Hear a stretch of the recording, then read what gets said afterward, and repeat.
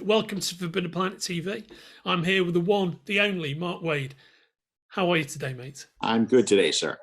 Excellent. It is very good to see you. Thanks for joining us again. Now, I thought we could get into a conversation about the 5 years later period of Legion of Superheroes. All right, let me Because, change hat. Hang on for a right. second. Let me put my Ultra Boy hat. Okay. Yes, absolutely. Yeah, almost my favorite member of the Legion as well. Almost. He's up Yeah, there. yeah, very good. Yeah, I've got a bit of a fondness for ERG1 personally, so that's I get that. yeah. Do you know where he was introduced? We should do this off screen, but do you know where that character, while if it was introduced? I would love to know more, mate. I would love to know more. Please enlighten me.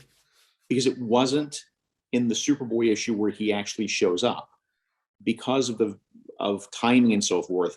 In that period, DC was doing a Legion of Superheroes reprint book, and at the same time, and there was a text page in one of them that talked about the Legionnaires who had died, and whoever had written that text page was unaware that the story hadn't been published yet. So I came across ERG1 long before not long, a couple of weeks before the story hit, and boy, was I confused. Wow, and I think I've just learnt two things in close succession there. So that's that you and maybe everybody else calls him ERG1, which I never did inside my mind, right? And that's where he's introduced. That is fantastic. Yeah. Oh, brilliant! I love it, mate. And so, was Ultra Boy is Ultra Boy your favorite Legionnaire? It's always a tie between Brainiac 5 and Mon-El.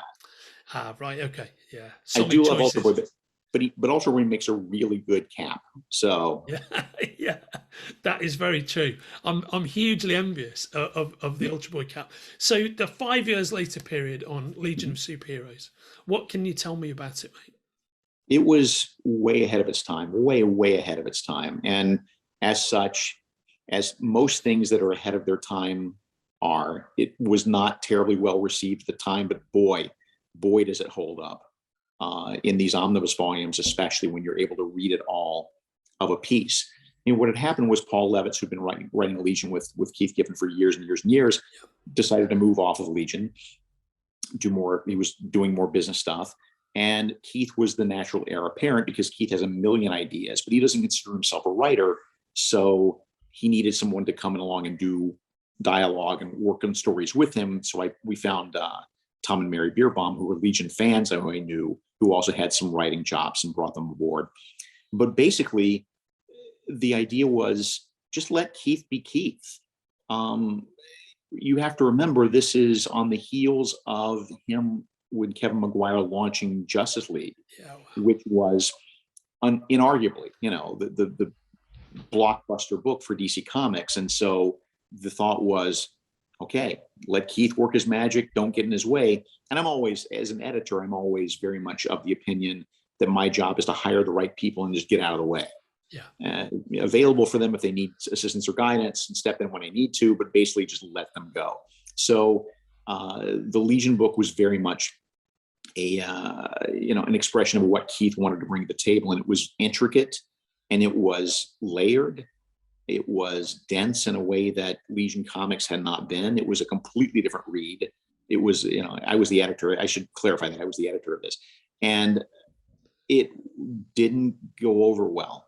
It internally and externally. Internally, the original plan was to do a rollout. We do Legion of Superheroes one in the first month. We do a second Legion book in the second month, and we do Legion Academy in the third month. And that excited me. And then once people in the office saw issue 1, they were like, no, we don't have any faith in this. And the beauty of it is, we can look back now and say that is no reflection on the material. That if it didn't hold up, we wouldn't be publishing $125 hardcovers with it in it. I think it holds up. I think it reads better now than it did back in 88, 89, because we're so much more used to and kind of caught up to the sort of narrative techniques that Keith brought to the table. Yeah, so interesting, mate. So interesting. And I take it your personal relationship with the Legion goes way back. Enormously back. I would bow only to Paul Levitz in my role as #1 Legion fan ever. My most delightful month of my life was back in the early 80s, mid 80s. Eclipse was publishing these indexes, right? You remember these? They were comic book sized index covering each issue in depth of a character or run or whatever. And they hired me to do the Legion index. And for a month, from sun up to sundown and beyond, all I did was sit in my room and read every single Legion story and make copious notes and figure out the continuity. And I've never had a more relaxing, more fun job in my entire life than that. I can believe it. And so when you look at your favorite Legion arcs, your favorite stories, and your favorite 5 years later arcs, right, what jumps out for you? I really, in terms of the 5 year later arcs, there's some early stuff with, the first few issues with Time Trapper and Glorith that is, I think, really strong. You have to pay attention. It's challenging reading. But as you get into the second volume, there are specific things that I think are very clever. There's stuff with Element Lad. There's stuff that addresses, in such an early stage, addresses binary sexuality and acceptance of that in a way that, again, so far ahead of its time. Yeah. And that's for the 5 year run. In terms of my own personal, Jim Shooter just wrote the book for me. I love Paul Levitz's run. I love everything Paul did.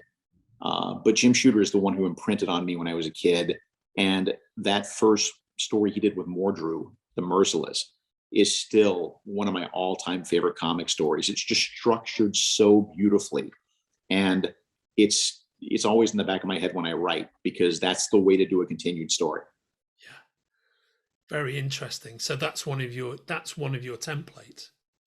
The thing that he pulled off that I'd never seen anybody else in comics pull off, in that it's a two-part story, and it opens with the Legionnaires on the run from Mordru, the biggest villain they've ever faced, and there's only 4 of them at the moment, and so they're running back to the 20th century to just get themselves together. They're not cowardly running. They're just like, we need to retreat and make a plan.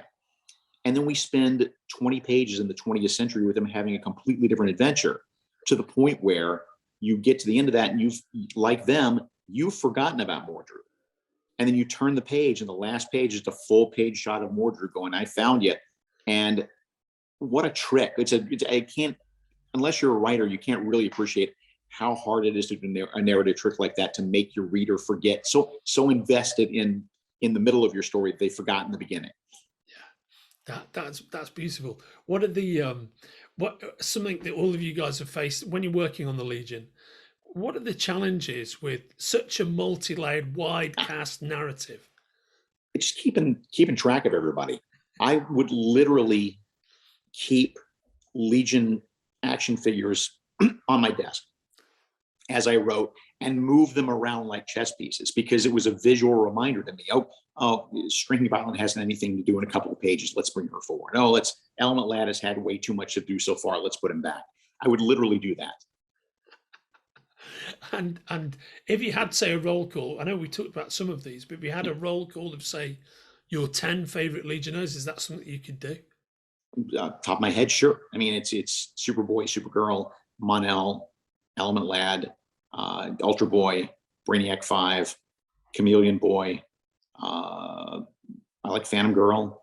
And I think is that all I've listed? I think that's probably 10 you're somewhere. Pretty close. Yeah, you're pretty close. Yeah. Phantom Girl is a great choice, I think. Yeah. Very good. And do you see a future for yourself? Do you have Legion stories that you've never been able to tell? I do, but the form that they've taken in the current DC universe, which I think is smart and is much more inclusive and is much more representative of the world we are in today. Yeah, I think it's really a smart approach, and I salute Brian Bendis for taking that approach.